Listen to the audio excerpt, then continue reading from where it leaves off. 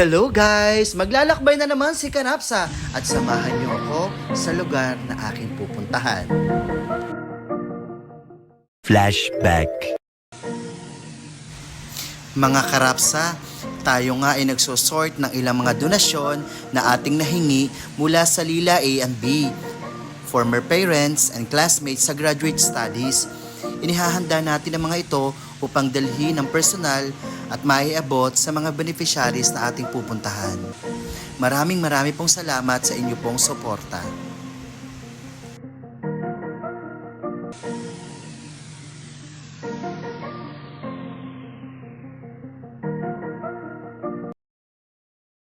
End of flashback. Habang papalapit kami, ay tila marami naglalaro sa aking isipan kung ano ang sitwasyon o kalagayan ng mga bata at mga lolo sa lugar na aming pupuntahan. Salamat, and finally narating na namin ang lugar ng MOP or Missionaries of the Poor.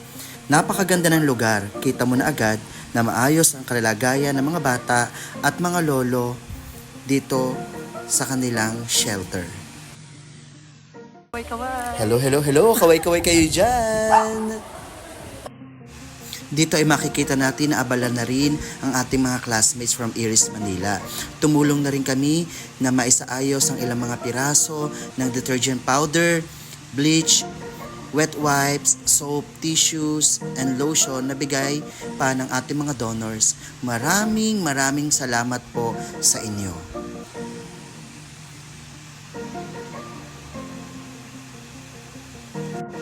Ang outreach program na ito ay inorganisa ng mga teacher students mula sa Iris, Manila, na kung saan kami mga taga-Iris, Cavite ay nag-extend ng help upang sa maliit na paraan ay makatugon sa ibang pangangailangan nila. Thank you Prof. IB and Prof. Colette for leading the initiatives.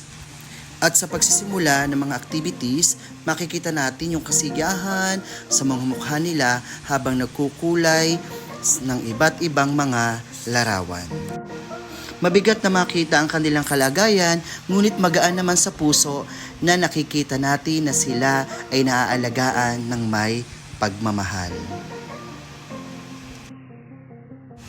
Mabigat man at mahirap ang kanilang pinagdaraanan, makikita o mababakas natin sa kanilang mukha ang tunay na kasiyahan.